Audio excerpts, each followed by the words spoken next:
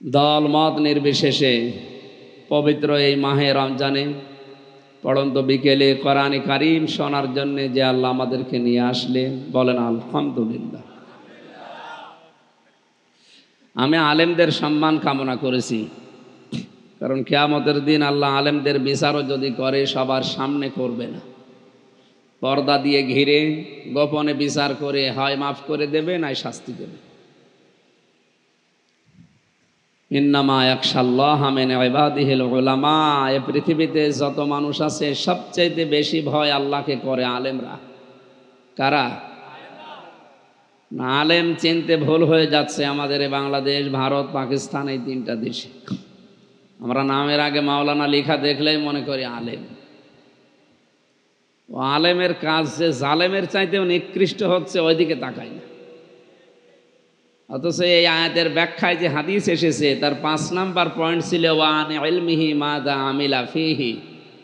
যতটুকু যে জানে তার কতটুকু মানে কিয়ামতে এটা কিন্তু আল্লাহ জিজ্ঞেস করবে। হাদিসের ব্যাখ্যা অনুযায়ী জানা যায়, জ্ঞান অনুযায়ী যারা আমল করে এরা আল্লাহর কাছে আলেম। কথা বুঝতেছে? এই হাদিসের ব্যাখ্যা করতে গিয়ে ইমাম ইবনে তাইমিয়া তার কিতাবে লিখেছেন, আলেম বলা হয় মানুষটাকে যে আল্লাহর কালাম নিয়ে চিন্তা ভাবনা করে। আজ তাকান তো বাংলাদেশের দিকে, আলেমদের আল্লাহর কালাম নিয়ে চিন্তা ভাবনার চাইতে মানুষের পেছনে লেগে থাকা এই অভ্যাস বেশি হয়ে গেছে। কখন আল্লাহর কালাম নিয়ে চিন্তা ভাবনা করবে? ও সারাদিন তো যায় মানুষের পেছনে লেগে থাকতে। 2 নম্বরে আল্লাহর ইবাদতে নিমগ্ন থাকবে। ইবাদত মানে আমরা অনেকে মনে করি শুধু নামাজ পড়া, রোজা রাখা, আর খুব বেশি হলো একটু জিকির করা। এই কি ইবাদত শেষ? ব্যাপক অর্থবোধক একটা শব্দ ইবাদত। জন্ম থেকে শুরু করে মরণ পর্যন্ত, দোলনা থেকে একেবারে আন্তর্জাতিক জীবন পর্যন্ত যেখানে যেইটা লাগবে আল্লাহর হুকুম রসুলের তরিকায় মেনে চলার নাম ইবাদত। কথা বুঝতেছে? যত নবীকে আল্লাহ দুনিয়ায় পাঠিয়েছেন তাদের 1 নাম্বার কাজ ছিল মানুষকে ইবাদতের দিকে ডাকা।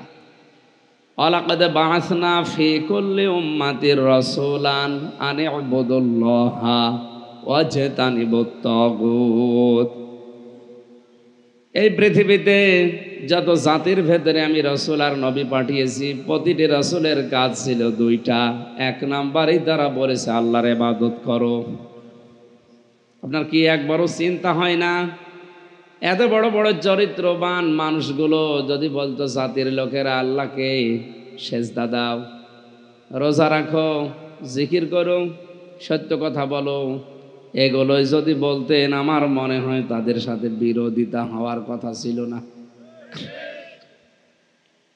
অথচ দুনিয়ায় 2 জন নবী বাদ দিয়ে একটা নবীও তার জীবনে কোনোদিন শান্তিতে থাকতে পারে না জাতির লোকের কারণে।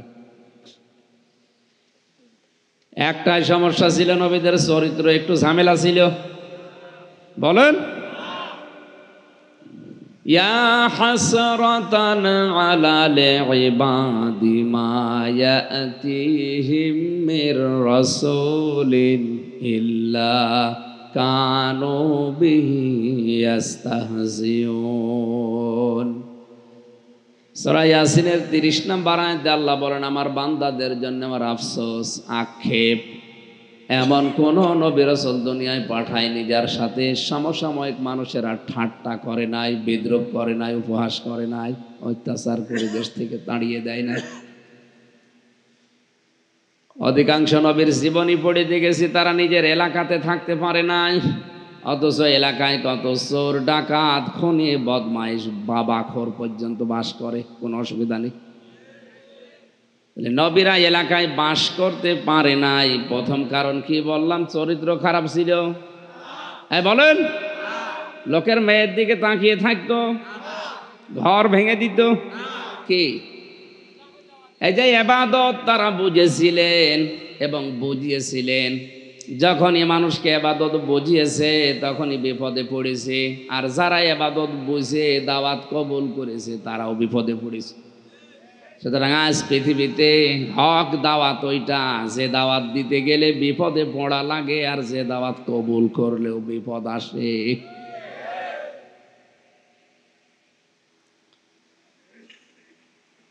আমরা জেলখানায় থাকতে সবচাইতে বেশি পড়েছিলাম কারাগারে রাত দিন এই বইটা।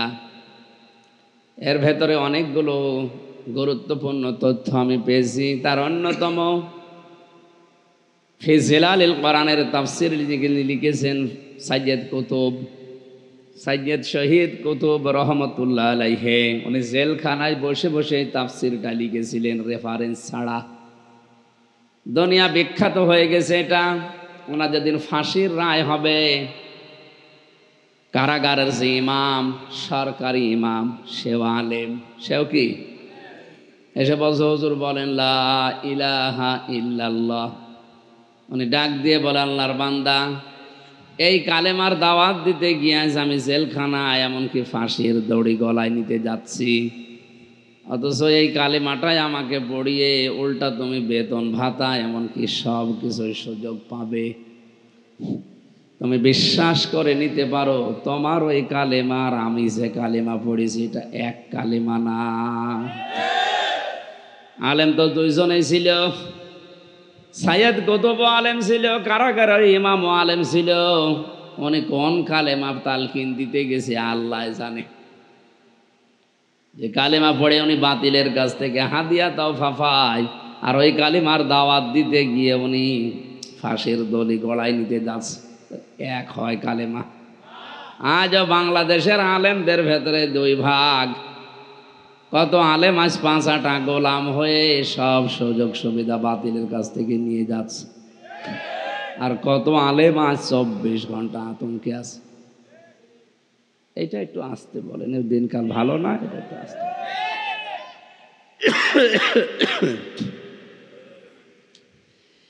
নবীদের প্রতি ঠাট্টা বিদ্রোহ হওয়ার কারণ ছিল তারা ইবাদত মানুষকে বোঝাতে পেরেছিলেন। তাদের দ্বিতীয় দায়িত্ব ছিল শুধু ইবাদত করলে হবে না, তাগুত ছেড়ে দেওয়া লাগবে। কি ছাড়া লাগবে? ভাই আমি আপনাদেরকে বাঁচাতে চাই। আপনার ইবাদত, আপনার ঈমান যদি কবুলই না হয় তাহলে আপনার দুনিয়ার জীবনও ব্যর্থ, আর মরণের পরে তো একেবারে শেষ। আপনি ইবাদত মন মতো করছেন, আল্লাহর জান্নাত পাওয়ার জন্য এই আয়াতের 2 নাম্বার কথাই তো ছিল ওয়াজতানিবুত তাগুত। বাবে ইজতিনাব থেকে এসেছে, তা আপনাকে ছেড়ে দেওয়া লাগবে। আপনি তাগুত যদি না ছেড়ে দিয়ে ঈমানের দাবি করেন, কোরআনে অন্য আয়াতে আল্লাহ জানিয়েছেন ফামাই ইয়াকফুর বিত-তাগুতি ওয়া ইউমিন বিল্লাহ। কেউ যদি ঈমানের দাবি করে যে আমি আল্লাহকে বিশ্বাস করি, তার প্রথম দায়িত্ব সে তাগুত যেন অস্বীকার করে, ছেড়ে দেয়। কি ছাড়বে বলেন তো? আরো জোরে বলেন। তাগুতের 4টা অর্থ পেয়েছি আমি তাফসিরে। তাগুতের 1 নাম্বার অর্থ হচ্ছে শয়তান। তাগুতের অর্থ কি? শয়তানকে ছেড়ে দেওয়া লাগবে। তো শয়তান তো নেই, ছাড়বো কি? শয়তান আছে? হ্যাঁ, আমরা অনেকেই মনে করি, বিশেষ করে বাংলাদেশে, যে শয়তান মানে ওই যে আসাসিল আর ওই জিন আছে, ওরা মনে হয় শয়তান। কে বলেছে আপনাকে? মিনাল জিন্নাতি ওয়ান নাস, 2 দলের ভেতরে শয়তান আছে। মানুষের ভেতরে যাদের আচরণ, যাদের চরিত্র শয়তানের মতো হবে, ওই নারী পুরুষগুলো শয়তান। শয়তানের 1 নাম্বার চরিত্র ছিল যৌনতা ছড়াতে ভালোবাসতো, যৌনবাদী ছিল। কি করে উলঙ্গ হওয়া যায়, লজ্জায় স্থান দেখানো যায় মানুষকে, এই ছিল তার সব সময়ের ধারণা, চিন্তা, ভাবনা, কাজ কাম। এজন্য জান্নাত থেকে হযরতে আদম এবং হাওয়াকেও বের করে দেবে এই নিয়ত ওর ছিল না। ওর প্রথম নিয়ত ছিল আদম আর হাওয়ার লজ্জায় স্থান দেখব। বলেন নাউজুবিল্লাহ। আর সিনেমা বলেন, নাটক বলেন, থিয়েটার বলেন, কবিতা বলেন, কবি বলেন, যারা আজ বিভিন্ন কায়দায় বিভিন্ন অনুষ্ঠানের মাধ্যমে যে মানুষগুলো এই পৃথিবীতে মানুষের লজ্জাস্থান ওপেন করার জন্য কাজ করছে, নিজে সে সহযোগিতা করছে, বুঝবেন ওইটা টাটকা নির্ভেজাল শয়তান। আপনি এই হাদিস অনুযায়ী বলেন তো, বাংলাদেশে এখন শয়তান আছে না নেই? যে যত বেশি আছে এই দেশে উলঙ্গ হতে পারছে, যে যত বেশি কাপড় খুলতে পারে সে তত বেশি টাকার মালিক হয়ে যাচ্ছে, তার দাম তত বেড়ে যাচ্ছে। ফ্যান বন্ধ করে দিন, এমনি আওয়াজ নেই, ফ্যান বন্ধ করে দিন। নাকি আওয়াজ এভাবে থাকবে? হ্যাঁ ঠিক আছে। আমি শয়তান বোঝাচ্ছিলাম, যারা মনে করেন শুধু জিন শয়তান, আজাজিল শয়তান ও ছাতায় দেশে নেই, না, শয়তান ওইটা যারা উলঙ্গপনা ছড়ায়, নিজের স্ত্রী যাদের সুন্দর, মেয়ে সুন্দর, আরো সুন্দর করে সাজিয়ে শরীরের বিভিন্ন অঙ্গ প্রত্যঙ্গগুলো মানুষকে প্রদর্শন করায়, এগুলো করতে যারা ভালোবাসে, আনন্দ পায়, বুঝবেন এটা আর এক শয়তান। এই শয়তানকে ত্যাগ করা লাগবে, ছেড়ে দেওয়া লাগবে, বর্জন করা লাগবে যদি ঈমান আনতে চান। তাহলে ঈমানদারের সাথে যৌনতার কোনো সম্পর্ক আছে? কথা বুঝতেছেন? দ্বিতীয় নম্বরের শয়তান কারা?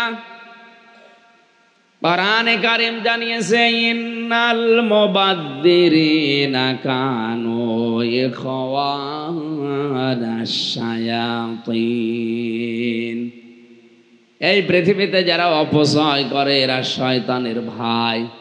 শয়তানের ভাই হলে ওইটা কি বলেন বলেন? এরকম ৭৭টা বিষয় পুরা কোরআনে আছে যে এগুলো করলে সে আর মানুষ থাকে না, ও আর এক প্রকার শয়তান হয়ে যায়। আচ্ছা, অপচয় দেশে আছে না নেই বলেন তো? এখানে কত যুবক বসে আছে নিজের শরীরের অপচয় করছে মোবাইলে উল্টাপাল্টা জিনিস দেখে। আপনি বুড়ো মানুষ, মাথা তোলাচ্ছেন, জীবনে কিছু বুঝবেন আপনি? ওগুলো তো বোঝার কথা হয়েছে ওদের। আজ যারা কম্পিউটার, ইন্টারনেট, মোবাইলের মাধ্যমে নিজের চরিত্রকে ধ্বংস করে ফেলছেন, এইটাও একটা অপচয়। এই কথা বলে না কেন? শেষ বয়সে এসে বলে, হুজুর ইন্ডিয়া হারবাল না কলকাতা হারবাল দেন। আপনার তো দেওয়াই লাগবে, এনাদের তো লাগে নাই। ৮-১০টা করে ছেলে মেয়ে জন্ম দিয়েছে, জীবনে কিছু খাওয়া লাগে নাই, আর এখনো 14টা বড়ি খেয়েও কিছুই পারে না। না আমি মুরব্বী আছে এই জন্য বলছি না, বাস্তবতা এইটা। আর শরীরকে যারা অপচয় করছেন, আপনিও শয়তানের ভাই। আপনার বাবা, আপনার মা মাথার ঘাম পায়ে ফেলে কত কষ্ট করে টাকা পাঠায় আপনার মেসে, ওয়াইফাই লাইন নিয়ে, ইন্টারনেট নিয়ে আপনি সারাদিন উলঙ্গ নাচ দেখেন, এইটা আর একটা অপচয় না? এই এলাকায় এসব নেই? এই যে অপচয়গুলো বন্ধ করা লাগবে। আল্লাহ শুধু ওয়াজ করেই কিন্তু শেষ করেননি, নিজেও তিনি অপচয় করেন না। বিজ্ঞান যে আয়াত নিয়ে গবেষণা করেছে যে আল্লাহ যে বললেন যে দুনিয়া যারা অপচয় করে তারা শয়তানের ভাই, দেখি তো আল্লাহর কোনো অপচয় আছে কিনা। মাথা থেকে পা পর্যন্ত শরীরের ভেতরে তাকিয়ে দেখে গুরুত্বপূর্ণ একটা পিত্তরস তৈরি হয়। এই যে খাবারগুলো আমরা খাই, এখান থেকে খাবারের নির্যাস দিয়ে বানানো হয় পিত্তরস। এটা ফোঁটা ফোঁটা করে আপনার খাবার যেখানে আছে ওই জায়গায় পড়ে। বিজ্ঞান এখন দেখাচ্ছে কম্পিউটার দিয়ে, যতক্ষণ এই ফোঁটা ফোঁটা রস পড়বে ততক্ষণ খাবার হজম হবে। খাবার যদি পেটে না থাকে, ওটা যেহেতু দামি জিনিস, এই জন্য অটোমেটিক আমার আল্লাহ ওই নাড়িটা বন্ধ করে দেন। উনি জানাতে চেয়েছেন, বান্দা বান্দিরা, আমি নিজে শুধু অপচয়ের বিরুদ্ধে ওয়াজ করে শেষ করে দেয়নি, আমি নিজে আল্লাহ কোনোদিন অপচয় করি না, আমি অপচয় ভালোবাসি না। বলেন সুবহানাল্লাহ। তাহলে আমরা একটা দুইটা করে যদি ৭৭টা বলতে যাই, আজকের আয়াত হয়তো শেষ হবে না। এই জন্য কয়েকটা বললাম। এই পৃথিবীর ময়দানে যারা অশ্লীলতা ছড়ায় আর যারা অপচয় করে, এরকম অনেকগুলো গুণের সমন্বয় যাদের ভেতরে, বুঝবেন এটা আর একটা শয়তান। শয়তানকে ত্যাগ করা লাগবে। নির্দেশকার আরো জোরে বলেন। আমি তাগুতের 4টা অর্থের প্রথমটা বললাম, তাগুত মানে শয়তান। তাহলে আগে ঈমান যদি কেউ দাবি করে যে আমি ঈমান এনেছি, আমার ঈমান আছে, আগে এদেরকে ছেড়ে দেওয়ার দরকার আছে না নেই? আমার মাঝে মাঝে চিন্তা হয়, এই রমজান মাসে অনেকে উলঙ্গপনা ছড়িয়ে যাচ্ছে। আজকেও বিমানে আসার সময় যা দেখলাম, এটা মুসলমানের দেশ, আমার বিশ্বাস হয় না। রমজান মাস, ওই সময় ওঠার পরে চিন্তা করলাম আল্লাহ রমজানে শুনি যে শয়তান বাধা আছে, তো এগুলো কি?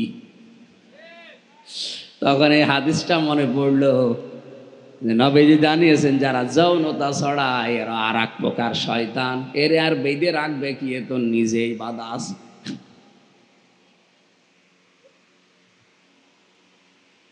শয়তানের প্রথম কাজ হচ্ছে যারা উলঙ্গপনা ছড়াবে, লজ্জা স্থান দেখাতে মানুষকে ভালোবাসে, নিজে পছন্দ করে।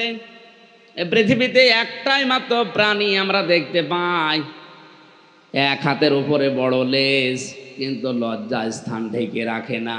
নাম কি? কুকুর। কুকুর নাম কি?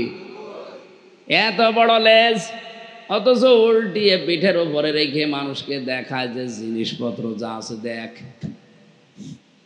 এদেশেও যাদের চরিত্র এরকম, এত বড় বড় কাপড় থাকতে আপনি ওয়ান পিস পরে রাস্তায় আসেন, আপনার চরিত্র কুকুরের মতো।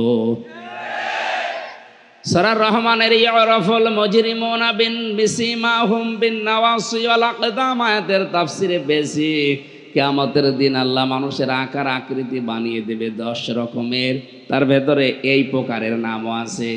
যারা দুনিয়ায় অশ্লীলভাবে চলাফেরা করে, নিজের গোপন জায়গাগুলো মানুষকে দেখাতে আনন্দ পায়, সে নারী হোক আর পুরুষ হোক, বুঝবেন ও কিয়ামতে আকৃতি পাবে কুকুরের। আমার তো মনে হচ্ছে আমরা এখানে অনেকেই বসে আছি, আমাদের এই আসল চেহারা কিয়ামতে পাবো না, পাবো শেষে কুকুর। হ্যাঁ, কথা বলেন না কেন? নিজের মেয়ে বউ সুন্দর হলে আপনি দিশা পালনা করবেন কি? আরো সুন্দর করে বিউটি পার্লারে সাজিয়ে বিভিন্ন অনুষ্ঠানে নিয়ে যায়, মানুষকে বোঝাতে চায় যে মাল আমার আছে। মাল থাকলে আমি করবো কি? ওকে আমার মাল। সে 18 সালের এক ঘটনা মাঝে মাঝে আমি শিক্ষার জন্য বলি। কুষ্টিয়ার ওই মজমপুর গেটে দেখি সুন্দর করে বউকে পেছনে নিয়ে মোটর সাইকেলে যাচ্ছে দাওয়াত খেতে। সালাম দিলাম, উত্তর দেওয়ার পরে বললাম ভাইকে, তোমার ভাবি। এমন পোশাক পরিয়েছে, ও ছাতা একবার তাকিয়ে আর তাকানো যাচ্ছে না। শাড়ির নামে পরিয়েছে মশারি। মশারি মার্কা শাড়ি নেই এখন? বললাম আপনি কি পরিয়েছেন, নাকি শাড়ি না মশারি? আপনারও তো লজ্জা লাগার কথা। আমার কানের কাছে মুখ নিয়ে বলছে হামজা করবো কি, সারা জীবন তো নিজেই দেখলাম, আমি আর কত দেখবো? এলাকার মানুষের হক নেই, হক আদায় করে বেড়াচ্ছে। এরকম হক আদায় করা মানুষ দেশে আছে না নেই? এখানে কারা আদায় করেন হাত তোলেন তো। একজন না, আমি শিক্ষার জন্য বলছি ভাই। আপনার মোবাইল দামি হয়, আপনার শার্ট দামি হয়, গাড়ি দামি হয়, বাড়ি দামি হয়ে যায়, শুধু আপনার স্ত্রী আর মেয়ে কম দামি হয়ে যায়। এগুলো মানুষকে দেখানো লাগবে যে এত কম দাম হয়ে গেছে এদের। অথচ বোরখার নামে, হিজাবের নামে যেটা আল্লাহ পাক দিয়েছিলেন, এটা কিন্তু মেয়েদের বডি গার্ড, রক্ষা কবচ। কথা বলে না কেন? 2 জন বডি গার্ড 2 দিকে থাকলে যেমন সেফটি থাকে, এই বোরকা হিজাবের দ্বারা আল্লাহ ঠিক ওইভাবে ফেরেশতাদের দিয়ে পাহারা দেয়। আর সেইটা খুলে মিলে আজ যারা এখনো রমজান মাসে এভাবে খোলামেলা চলছেন বেপরদায়, আপনি বিশ্বাস করতে পারেন আপনার মানুষ নেই, আপনি শয়তান হয়ে গেছেন। 2 নম্বরে অপচয় যেন জীবনে আমাদের কোনো জায়গায় না হয়। অপচয় যারাই করবে এই মানুষগুলো আর মানুষ থাকবে না। আল্লাহর কোরআনের ভাষা, এরা শয়তানের ভাই হয়ে যাবে। বলেন নাউজুবিল্লাহ। আমি তাগুত ছেড়ে দেওয়ার জন্য আয়াতের ব্যাখ্যা করছিলাম যে তাগুতের প্রথম অর্থ শয়তান, 2 নম্বরে তাগুতের অর্থ মানুষের তৈরি করা আইন। সুতরাং মানুষের তৈরি করা আইন প্রতিষ্ঠার জন্য যারা কাজ করে, দল করে, সংগ্রাম করে, আন্দোলন করে, মিছিল মিটিং করে, ওদের ঈমান আজও ঈমান হয়নি। কারণ ফামাই ইয়াকফুর বিত-তাগুতি ওয়া ইউমিন বিল্লাহ, কেউ যদি তাগুত ছেড়ে দেয় এরপরে যদি ঈমানের দাবি করে, ফাকাদ ইসতামসাকা বিল উরওয়াতিল ওয়াসকা, সে যেন এমন একটা মজবুত রশি ধরেছে যা কোনোদিন ছিঁড়ে যাবে না। এত সহজ ভাষায় বলার পরেও যদি কেউ না বোঝার ভান করে থাকেন, আমার আর কিছু করার নেই। এই পর্যন্ত বুঝেছেন কিনা বলেন তো? বুঝেছেন? তাহলে আমরা যারা আজ মানুষের তৈরি করা আইন প্রতিষ্ঠার জন্য দল করি, আন্দোলন করি, মিছিল মিটিং করি, তাদের ঈমান আছে না গেছে? এরপর আর কি বলা থাকে বলেন তো? তাহলে আপনাকে ঈমান আনতে হলে আল্লাহর শর্ত দিচ্ছেন, আগে ওইটা ছেড়ে দে। আপনি এখনো না ছেড়ে যদি বলেন না আমার ঈমান আছে, আর আপনার ওই রকম ঈমান নিয়ে আমি যদি জানাজা পড়াই, আপনি তো ঈমান নেই, কারণ কোনো বেঈমানের জানাজা পড়া জায়েজ নেই। এই কথা বলা লাগবে। আমি তো এই আয়াত অনুযায়ী দেখতে পাচ্ছি এই দেশে 100 জনের 85 জনের জানাজা হচ্ছে না। জানাজা পড়লেই হবে তা না, কবরে দিলে আপনি মুমিন হিসাবে মাপ পাবেন তাও না, আপনাকে আগে ইমানদার হওয়া লাগবে। আপনার ইমানই তো নেই।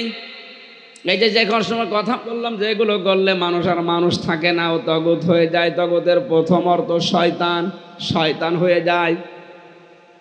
ইমান আনার আগে আপনাকে তগুত ছেড়ে দেওয়া লাগবে। মানুষের তৈরি করা আইনের জন্য দল করছেন, ওটা আগে বাদ দেওয়া লাগবে। তা আমার ওয়াজ তো হয়ে গেছে, আপনি যদি বুঝে থাকেন। আর যদি বলেন না এখনো বুঝি নাই, ওয়াজ করেন, তো কি ওয়াজ করবো বলেন?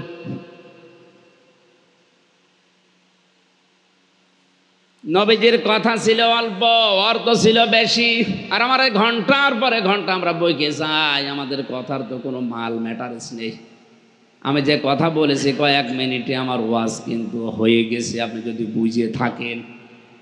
শয়তানের কাজ কারবার ছেড়ে দিয়ে মানুষের তৈরি করা আইন প্রতিষ্ঠার জন্য দল করলে, আন্দোলন করলে, মিছিল মিটিং করলে ঈমান থাকে না। তো বাংলাদেশে আপনি মিলান 100 জনের 85 জন ধরা খাবে। হ্যাঁ, কথা বলা লাগবে ভাই।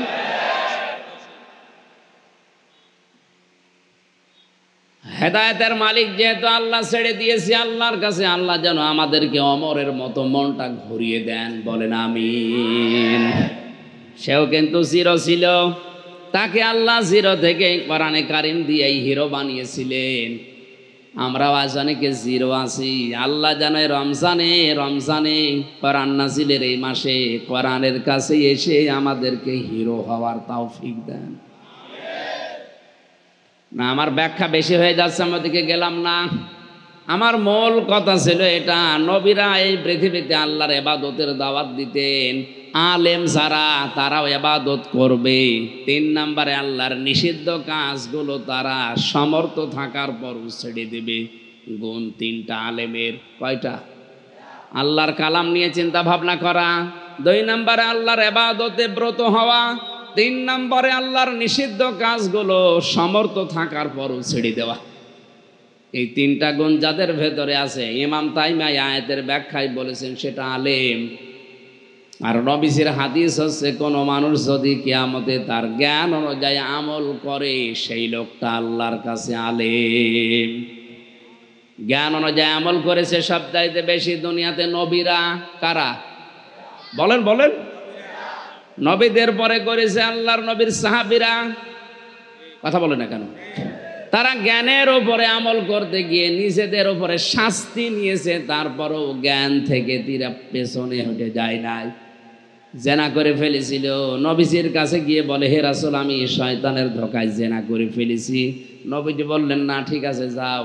3 বার ফেরত দেওয়ার পরে যেহেতু জ্ঞান তাকে মাফ করেনি, জ্ঞান ডেকে বলছে যদি এ পাপের শাস্তি দুনিয়ায় না হয়, কিয়ামতে আল্লাহ নিজেই ডবল করে বিচার করবে। এ কারণে বারবার এসে বলছে, হে নবী, হ্যাঁ আমি সুস্থভাবে, সুস্থ মস্তিষ্কে শয়তানের ধোকায় পড়ে যৌবনের তাড়নায় করেছি, আপনি আমার শাস্তি দেন। দুনিয়ায় যদি এদিক ওদিক করে চুরি করে আমি বেঁচে যাই, কিয়ামতে তো বাঁচবো না। আর যদি আমাদের জ্ঞানের ওপরে আমল থাকতো, এই দেশ দুর্নীতিমুক্ত হয়ে যেত। এ কথার ওজন কত আপনি টের পেয়েছেন? জ্ঞান অনুযায়ী যে আমল নেই, এই জন্য অধিকাংশ মানুষগুলো তাদের বাস্তবতায় আমরা দেখি জ্ঞান আছে কিন্তু জ্ঞান পাপী। তাছাড়া জ্ঞান অনুযায়ী আমল করলে কোনো মানুষ এসি ঘরের ভেতরে 2 মিনিটের ভেতরে 5 কোটি টাকা উপায় করা সম্ভব না। এই কথা বলেন না। ঝিনাইদার একটি ওনার বাড়িতে খাবার খাচ্ছিলাম, খাবারের পরে দিয়েছে চা, চায়ের নিচে যে পিরিচটা ছিল দেখি ভাঙ্গা। আমি তো হেসে ফেলেছি, আমার দিকে তাকিয়ে বলছে, হুজুর আপনি কেন হাসেন? আমি বুঝেছি, আপনি মনে করছেন আমি টিয়া নং। চা দিয়েছি, চায়ের পিরিচের নিচে, কাপের নিচে পিরিচ ভাঙা, এই জন্য আপনি হাসেন। অথচ গতকালকে একটা সই করলে একবারে আমি 5 লাখ টাকা 2 সেকেন্ডের ভেতরে পেয়ে যেতাম। এরকম কাপ আমি 1000টা কিনতে পারতাম। কিন্তু ছোটবেলায় আমি কোরআন পড়েছি, আমি এতটুকু বুঝি যে জেনে শুনে ঘুষ খাওয়া যাবে না। জ্ঞান অনুযায়ী আমল করেছে। আমরা আল্লাহর অলি খুঁজে পাই না। অনেকে মনে করে আল্লাহর অলি মনে হয় চট্টগ্রামে ওই গাছতলায় বসে ওহো ওহো করছে। ওইটা কে বলেছে আপনাকে? ওটা টাটকা নির্ভেজাল শয়তান, যাদের কোনো কাজ নেই কাম নেই, বসে বসে খায়। এটা আল্লাহর দুশমন। আল কাসিবু হাবিবুল্লাহ, যারা কাজ করে খায় নবীজির ভাষায় তারাই আল্লাহর বন্ধু। বাংলাদেশে 48,000-এর উপরে পীর। একটা দরবার দেখান যার কোনো কাজ আছে, দেখান, আমি সেখানে যাব। কোনো কাজ নেই, শুধু বসে খাওয়া ছাড়া। আর দেখবেন যারা বসে বসে খায় তাদের 2টা জিনিস বড় হয়, একটা জহব্বা আর একটা পেট। কথা বলেন না কেন?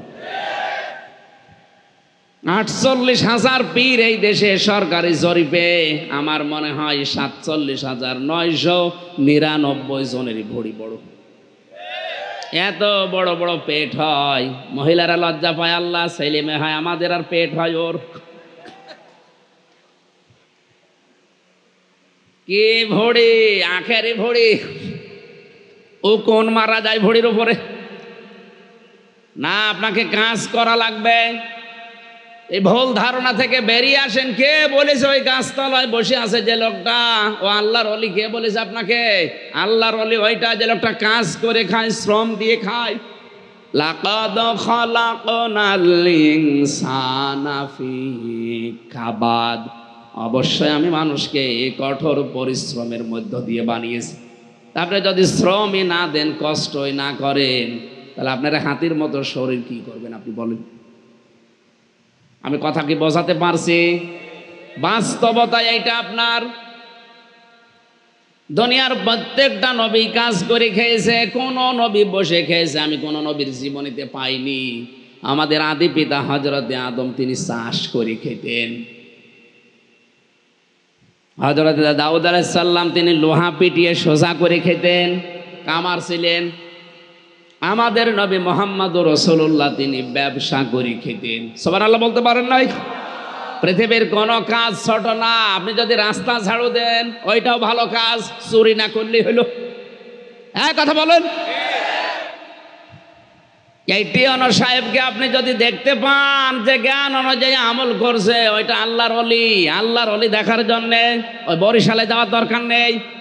আল্লাহর ওলি দেখার জন্য সিলেটে চট্টগ্রামে যাওয়ার দরকার নেই। আল্লাহর ওলি আপনার ওইটা, যে লোকটা তার কর্মজীবনে সঠিক। এই টিয়ানো সাহেবের সামর্থ্য ছিল পাপ করার, না ছিল না? খালি 2 সেকেন্ড একটা সই করে দেবে, 5 লাখ টাকা হাতের ভেতরে গোপনে ধরিয়ে দেবে, কেউ টেরও পাবে না। ওই রকম কাপ পিরিচ 1000টা কিনতে পারতো না। কথা বলে না কেন? সে তার জ্ঞান অনুযায়ী আমল করেছে। এই পৃথিবীতে সবচাইতে বেশি জ্ঞান অনুযায়ী আমল করেছে নবীরা, রসুলেরা, সাহাবীরা। এই জন্য তারা বিপদেও পড়েছে বেশি। আমি আলেমদের সম্মান এমনি কামনা করি না, এই কারণে আলেম তো ওইটা যে তার জ্ঞান অনুযায়ী আমল করবে। আরে দুনিয়াতে আজ হোক কাল হোক তো বিদায় নেওয়াই লাগবে। সত্যের পথে টিকে থাকতে গিয়ে, সত্যের আহ্বান জানাতে গিয়ে যদি আমি লাশ হয়ে রাস্তায় পড়ে থাকি, আমার কোনো অসুবিধা নেই। আমার বডি যদি আমার মরণের পরে, শাহাদতের পরে কেউ ড্রেনে ফেলে দেয়, কোনো অসুবিধা নেই। এই কথা বলছে না কেন? বিশ্বনবীর শালীর ছেলে হযরতে জুবায়ের জিহাদের ময়দান থেকে পালিয়ে এসেছে। তার স্ত্রী, তার মা হযরতে আসমা, আয়েশার বোন, ডাক দিয়ে বলে, সন্তান কি করো? বলে আমি চলে এসেছি। কেন? তো দেখলাম জিহাদের ময়দানে কাফেররা মুসলমানদেরকে যারাই ধরতে পায় তার কেটে কেটে টুকরা টুকরা করছে। এ দেখে আমার ভয় লেগে গেছে, আমি চলে এসেছি। মা ডাক দিয়ে বলে, সন্তান আমার, ছাগল জবাই হওয়ার পরে ওটাকে কাবাব বানাবে নাকি ওটা রান্না করবে, ভোনা করবে, তোমার দরকার কি? কথা বলে না কেন? তুমি যদি শহীদ হতেই পারো, তোমার নাক কাটবে না, মুখ কাটবে না, দাঁত ফেলে দেবে, ওটা দেখার দরকার আছে। তোমার আসল জীবনের টার্গেট হওয়া দরকার তো শাহাদাত। আজ আমি আলেমদের মর্যাদা কামনা করি, ওই আলেমদের যারা শাহাদতের জন্য প্রস্তুত, সত্যের জন্য। আল্লাহ যেন এরকম আলেম এদেরকে হওয়ার তৌফিক যেন দান করেন, বলেন আমিন। দরুদ সালাম পড়ে আজকের রমজান মাস ছায়া ফেলেছে আমাদেরও। এই সংক্রান্ত একটা আয়াত পড়েছি। কোরআন শরীফে নামাজের কথা আছে, কিন্তু নামাজ কিভাবে পড়া লাগবে, কয় রাকাত পড়া লাগবে, কোরআনে কোনো জায়গায় নেই। আছে? নেই, ওটা হাদিসে আছে। যাকাত দেওয়া লাগবে 8 জায়গায়, এতটুকুই শেষ। কতটুকু সম্পদ হলে, কয়টা গরু হলে, কয়টা ছাগল হলে, কয়টা ভেড়া উট হলে কতটুকু দেওয়া লাগবে, কথা কোরআনে আল্লাহ দেয়নি, এটা হাদিসে আছে। হজ ফরজ, কয়টা ফরজ, কোথায় কোথায় যাওয়া লাগবে, কথা কোরআনে নেই, হাদিসে আছে। এই কথা বলে না কেন? পৃথিবীর যত ফরজে পড়া কোরআনে আমি 500 ফরজ পেয়েছি। 500টা ফরজের 499টা একরকম। যে কোরআনে শুধু আল্লাহ ইঙ্গিত দিয়ে রেখেছেন, কিন্তু কিভাবে করা লাগবে, কতটুকু করা লাগবে, পুরা কোরআনে নেই, ওটা হাদিসে আছে।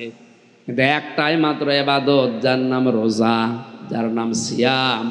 এই সিয়াম আর রোজা মহান আল্লাহ শুধু করতেই বলেননি, একেবারে পুরা রুকুতে আলোচনা করেছেন কিভাবে রুকু করা, রোজা করা লাগবে, কি কি কারণে রোজা ভেঙে যাবে, কখন রোজা করা লাগবে, কয়টা করা লাগবে, গণনা করতে হবে কোন দিন থেকে, সব আল্লাহ কোরআনে দিয়েছেন রোজার ব্যাপারে। দুনিয়ায় 2টা ফরজ শুধু আল্লাহ নিজের কাছে নিকে নবীজিকে দিয়েছিলেন, একটা সিয়াম আর একটা সালাত। তাছাড়া দুনিয়ায় 498টা বিধান আল্লাহ এই দুনিয়াতে ফেরেশতার মাধ্যমে পাঠিয়ে দিয়েছে। শুধু 2টা বিধান আল্লাহ নিজের কাছে নিয়ে বিশ্ব নবীকে আল্লাহ হাতে কলমে শিখিয়েছিলেন, তার নাম হচ্ছে এই সিয়াম।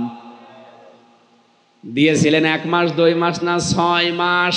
কয় মাস বলেন বলেন? নবীজি নূহ আলাইহিস সালামের জীবনী জানতেন, এই জন্য 6 মাস রোজা পেয়ে উনি আনন্দ করছিলেন যে খুব ভালো হয়েছে, 6 মাস একাধারে রোজা পেয়েছি। কিন্তু বাস্তবতায় তার আগে যারা দুনিয়া থেকে বিদায় নিয়েছে তাদের সাথে দেখা হয়েছিল, হযরতে মুসা নবী, ঈসা নবী। তারা বলেছে, আপনার উম্মত 6 মাস রোজা পেয়েছে, আপনি আনন্দে আছেন। আমার উম্মতের ভেতরে হয়তো 5টা, 7টা, 10টা রোজা ছিল, তাই তারা করতো না। আপনি আল্লাহকে বলেন উনি যেন একটু কমিয়ে দেন। মুহাম্মদ রাসূলুল্লাহ খুশি হয়েছিলেন রোজা 6 মাস পেয়ে। কেন জানেন? আমি যে আগেই বললাম, উনি নূহ আলাইহিস সালামের জীবনী জানতেন, কারণ এক নবীর খবর আর এক নবীর কাছে থাকে। এক কথা বলছে না কেন?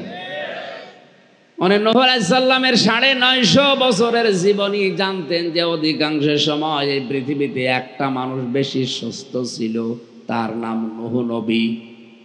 আজ আমরা অনেকেই বলি, বিভিন্ন দোষ দেখায় যে আমরা রোজা রাখতে পারি না গ্যাসের কারণে, এই কারণে, ওই কারণে। কে বলেছে আপনাকে রোজা রাখলে গ্যাস আর ভালো হয়? বলেন বলেন? আপনি আরো সুস্থ থাকতে পারবেন। হ্যাঁ, কঠোর পরিশ্রম যাদের, ওদের ব্যাপার আলাদা। আপনি ঘরে বসে আছেন, দোকানে বসে ব্যবসা করছেন, অফিসে বসে কাজ করবেন, আর গ্যাসের দোহাই দিয়ে রোজা রাখতে পারেন না, না, এটা ঠিক না। আপনি আরো অসুস্থ হবেন। কারণ রোজার মাসে রোজা রাখলে মানুষ সুস্থ থাকবে। এই জন্য নবীজি 6 মাস উনি মনে করছেন আমার উম্মতেরা যাক অন্তত বছরে 6 মাস সুস্থ থাকতে পারবে। এই যে আমার 3 দিন আগেও তো আমি কেমন ছিলাম, আমার শরীরই চলতো না, অথচ সারাদিন না খেয়ে আছি রোজার অবস্থায় রমজানে। এখনো মনে হচ্ছে রাত দিন আর নেই, এখন মাহফিল করতে আমার আর সমস্যা হচ্ছে না। 2-3 দিন আগে 3 বার করে খেয়েও আমার শরীর চলে নাই। এটা যে রহমত আল্লাহর, সুস্থ থাকা যায়, তার প্রমাণ আমি নিজেই। এই জন্য যারা দোহাই দিচ্ছেন যে আমি অসুস্থ বা এই কারণে রোজা রাখতে পারি না, আপনার চাইতে কোরআনে কারিম কি কম বোঝে নাকি? ফামাং শাহিদা মিনকুমুশ শাহরা ফালিয়াসুমহু, তোমাদের ভেতরে কেউ যদি রোজার মাস পায় সে যেন অবশ্যই রোজা রাখে। কে বলছে? বলেন বলেন। উনি তো এই মানব শরীর বানিয়েছে, উনি জানে কি করে এর সুস্থ রাখতে হয়। এই জন্য আপনি দেখবেন বছরে, মাসে, সপ্তাহে রোজার নিয়ম আছে। বছরে 1 মাস, মাসে 3 দিন, সপ্তাহে 2 দিন। এই কথা বলছেন না কেন? এটা কি খেলা করার জন্য দিয়েছে? বিজ্ঞান আর শরীর পরীক্ষা করে দেখছে এই শরীরে খাদ্য হজম করার জন্য যেই মেশিনগুলো কাজ করে, সব সময় খাবার খেতেই যদি থাকেন পেটুকের মতো, এ হজম করার সমস্যা হয়ে যায়, শেষে বিভিন্ন রোগ শরীরে বাসা বাঁধে। এই জন্য সপ্তাহে 2 দিন, মাসে 3 দিন, বছরে 1 মাস যদি রোজা রাখেন, বিশ্বাস করেন আপনার শরীরের হজম শক্তি আল্লাহ নিজে বাড়িয়ে দেবে। নবী তো খুশি হয়েছিলেন যে 6 মাস অন্তত উম্মতেরা একটু শান্তিতে থাকতে পারবে, সুখে থাকতে পারবে। তো বাস্তবতায় এসে যখন আল্লাহকে বারবার বলতে বলতে 1 মাস দিয়েছে, আল্লাহ পাক শেষে জানালেন, নবী আমার, আমি কিন্তু 6 মাস রোজা রেখে দিয়েছিলাম, তোমাকে লিখে দিয়েছিলাম 6 মাস। তোমার কনসিডারের কারণে আমি কমাতে কমাতে শেষ পর্যন্ত 1 মাস দিয়েছি। আমার লিখার তো কোনো পরিবর্তন নেই। লা মুবাদদিলা লিকালিমাতি, আমি একবার যেটা লিখে ফেলি ওটার কোনো পরিবর্তন, যেহেতু লিখেই ফেলেছি 6 মাস, তোমার দিকে তাকিয়ে আমি আল্লাহ 1 মাস করলাম। জানিয়ে দিও তোমার উম্মতদেরকে, যদি 1 মাসও কোনো নারী পুরুষ সঠিকভাবে রোজা রাখতে পারে, আমি আল্লাহ 6 মাস রোজা রাখার সওয়াব দিয়ে দেব। এরকম একটা গুরুত্বপূর্ণ মাস কিন্তু আমরা পেরিয়ে চলে যাচ্ছি, এখন রহমতের ভেতরে আছি। জানি না আল্লাহর রহমতকে কতটুকু পাচ্ছি। আল্লাহর রহমত পাওয়ার জন্য আল্লাহ রোজা দিয়েছিলেন। ইয়া আইয়ুহাল্লাযীনা আমানু, এই যে এই শব্দটা 89 বার পড়া কোরআনে আল্লাহ দিয়েছেন। ইয়া আইয়ুহাল্লাযীনা আমানু, আল্লাহ দুনিয়ার সব মানুষকে ডাকার সময় বলেছিলেন ইয়া আইয়ুহান নাস বা ইয়া আইয়ুহাল ইনসান। আর শুধুমাত্র যাদের ঈমান আছে তাদেরকে তার হাত, কুদরতের হাত এভাবে করে আদর করে ডাকেন, ইয়া আইয়ুহাল্লাযীনা আমানু, ওহে যারা ঈমানের দাবি করো, তোমাদেরকে একটা কথা বলছি, কুতিবা আলাইকুমুস সিয়াম, তোমাদের উপর আমি রোজা লিখে দিলাম, শুধু ফরজ করেছি। তাহলে ফারজুন শব্দ দিত আল্লাহ, কাতাবা দিয়েছেন কেন? এই মুরব্বী যদি বলে এই ময়দানটা আমার, আমি এটা মসজিদে দিয়ে দিলাম, মুখের কথার কোনো দাম আছে? বলেন বলেন। যদি এটা লিখে সই স্বাক্ষর করে দলিল করে কমিটির হাতে দিত, এ জমির দাম আছে না নেই? আল্লাহ বলেন রোজাকে আমি অন্যান্য ফরজের মতো বলে দিতাম, যা ফরজ না আমি লিখে দিয়েছি।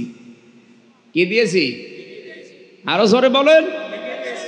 লিখিত বিধান আল্লাহর বেশি না? এইটা একটা, আর মানুষ হত্যার ব্যাপার একটা আছে। ইয়া আইয়ুহাল্লাযীনা আমানু কুতিবা আলাইকুমুল কিসাসু ফিল কাতলা, আমি কিসাসের বিধানটাও লিখে দিলাম। কি করলাম? আজ বাংলাদেশে কত অবৈধ হত্যা হচ্ছে, কত মানুষ গুম হয়ে যায়, খুন হয়ে যায়, বিচার হয় না। বিচার হয় ওই ব্রিটিশের আইন দিয়ে। খুনের বিচার ব্রিটিশের আইন দিয়ে হলে মানব সভ্যতা আরো নষ্ট হয়, এমনকি মানুষের উপরে জুলুম আরো বাড়ে, মানবাধিকার লঙ্ঘন হয়। কারণ একটা মানুষকে 30 বছর, এইদিকে 3.5 হাত, এদিকে 2.5 হাত, এতটুকু ফাঁসির কন্ডেম সেলের ভেতরে 24 ঘন্টা আপনি 30 বছর তালা লাগিয়ে রাখলেন। 30 বছর যে পরে ওর ফাঁসির রায়। একটা মানুষকে এভাবে রাখলেন কোন কারণে? ও যদি মানুষকে হত্যা করে, হত্যার বদলে যদি ওরা হত্যা করা লাগে, 30 বছর রেখে দেওয়ার দরকার নেই। 1,10,000 মানুষ আজ জেলখানায় থাকা লাগতো না। এদেশের যে সিস্টেম আমি 3 বছরের জেলে থেকে দেখলাম, আমার তো বাস্তব অভিজ্ঞতা এটা। আমার মনে হচ্ছে এই দেশে যদি কেউ মামলায় পড়ে একবার, সে যেরকম মামলায় হোক, ওর এই মামলা থেকে অব্যাহতি পাওয়ার জন্যে নূহ আলাইহিস সালামের মতো হায়াত হওয়া লাগবে। হ্যাঁ, আপনি আমার দিকে তাকান তো, সেই 20 সালের শেষের দিকে ধরেছে, 3টা বছর জেলে যাওয়ার পরে যে বের হয়েছি, এ মামলা মিটতে আমার মনে হয় কিয়ামতের পরে মিটবে। কিন্তু এতদিন আমার এই অন্যায় না করেও হাজিরা দেওয়াই লাগবে। 2 নম্বরে আপনার টাকা পয়সা থাকা লাগবে, মামলা থেকে অব্যাহতি পাওয়ার জন্য কারণের মতো টাকা থাকা লাগবে, তাছাড়া পারবেন না। কারণ কোর্টের ইট পর্যন্ত বলবে, ওই হামজা টাকা দিয়ে যা। উকিল ম্যাজিস্ট্রেট এই যারা আছে এদের কথা তো বাদই দিলাম, ইট পর্যন্ত দেওয়ালে যে ইট লাগানো আছে ওই ইটের পাশ দিয়ে গেলে কোর্টের ইট বলে টাকা দিয়ে যা। আমি কি বেশি বলে ফেললাম? আপনার হায়াত হওয়া লাগবে নূহ নবীর মতো, অব্যাহতি পাওয়ার জন্য টাকা পয়সা থাকা লাগবে কারণের মতো, আর ধৈর্য থাকা লাগবে আয়ুব নবীর মতো। আয়ুব নবী 18 বছর পড়েছিলেন। কয় বছর? ধৈর্য হারাননি। তিনি বলেছিলেন, আন্নি মাসানিয়া বরওয়া আনতা আরহামুর রাহিমিন। এই জন্য যে বিধানগুলো আমি বলছি লিখিত, এগুলোর গুরুত্ব বেশি। আমি তো বললাম ওনার উদাহরণ দিয়ে, এমনি মুখে বললে ওনার কথার গুরুত্ব আছে কিন্তু দাম নেই। এ কথা বলেন। কিন্তু লিখে সই স্বাক্ষর করে দলিল করে স্ট্যাম্প করে দিলে ওর দাম আছে না? মানুষ তো একই, আগে মুখে বলেছে এখন লিখে দিয়েছে, আগেরটার চাইতে পরেরটার গুরুত্ব দুনিয়ার মানুষের কাছে 100 গুণ বেশি। আল্লাহ পাক কোরআনে কারিমে রোজার বিধান আর কিসাসের বিধান শুধু মুখে বলেন, উনি লিখে সই স্বাক্ষর করে দলিল করে স্ট্যাম্প করে দিয়েছে। সুতরাং বাংলাদেশের সংসদে যে রোজার বিধান আর কিসাসের বিধান যদি আমাদের মনে হয় লিখিত থাকতো, এদেশে আইন হিসাবে থাকতো, বঙ্গবন্ধুর হত্যার বিচার আমরা 50 বছর আগেই পেয়ে যেতাম। শুধু বঙ্গবন্ধু না, হাজারো মানুষ আজ খোঁজ নেই। কত আয়না ঘরে হাজারো মানুষ আজ বন্দী আছে, আমরা অনেকের খোঁজই জানি না। 10 বছর 15 বছর 16 বছর পড়ে আছে, কেউ দুনিয়ায় জানে না।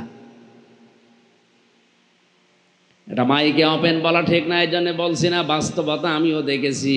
কত মানুষ কত অবস্থায় আছে, এটা আল্লাহ ছাড়া কেউ খোঁজ রাখে না। ব্রিটিশের তৈরি করা আইন দিয়ে মানুষের মানবাধিকারের লঙ্ঘন হচ্ছে। সুতরাং যারা দায়িত্বে আছেন, হাজার হাজার বছর ওরা এই দুনিয়াকে শোষণ করে চলে গেল, তাদের বানানো আইন দিয়ে এখনো চলতে হবে কেন? আমাদের কাছে কি আল্লাহর পাঠানো সংবিধান কোরআন নেই? সূরা ফুরকানে 73টা সংবিধানের নিয়ম লেখা আছে। কোন পরিবারের, সমাজে, রাষ্ট্রে যদি এই 73টা সংবিধানের নিয়ম যদি ফলো করে দেশ চালায়, ওই দেশ আল্লাহর মিনি জান্নাত হয়ে যাবে।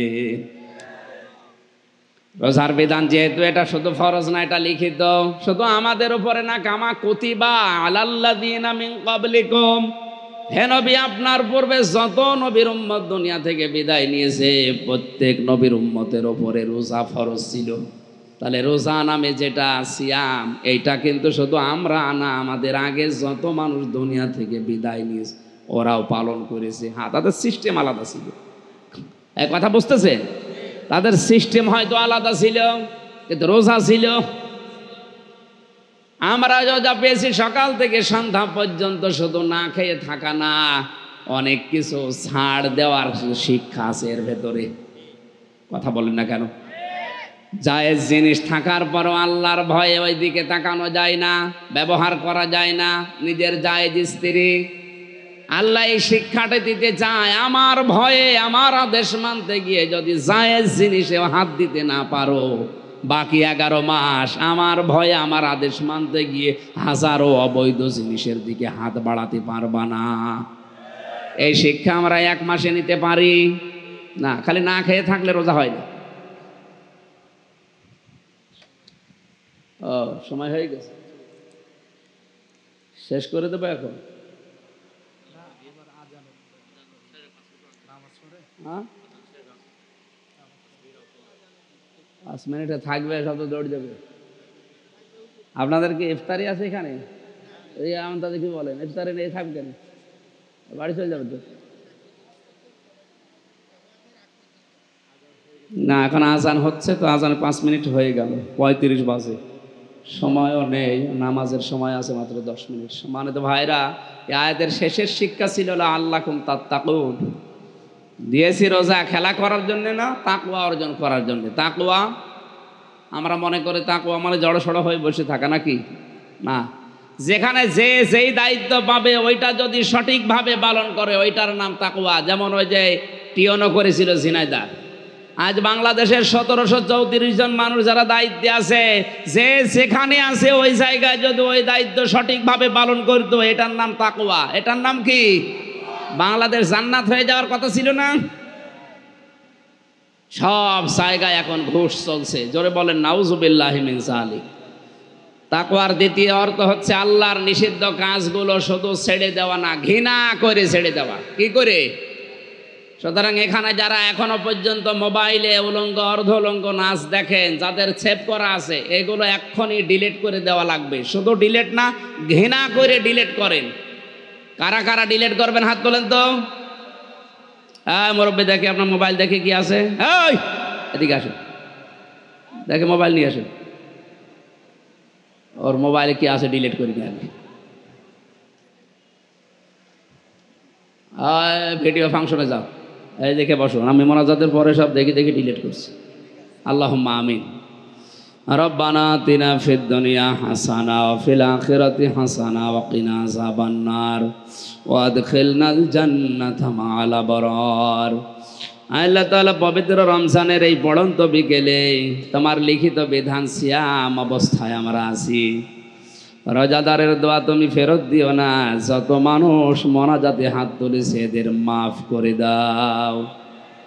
সম্মানিতা মা বোনেরা পর্দার আড়ালে বসে আছে বিভিন্ন জায়গায়, তারা আল্লাহ তুমি তাদের পরিবারে শান্তি দাও।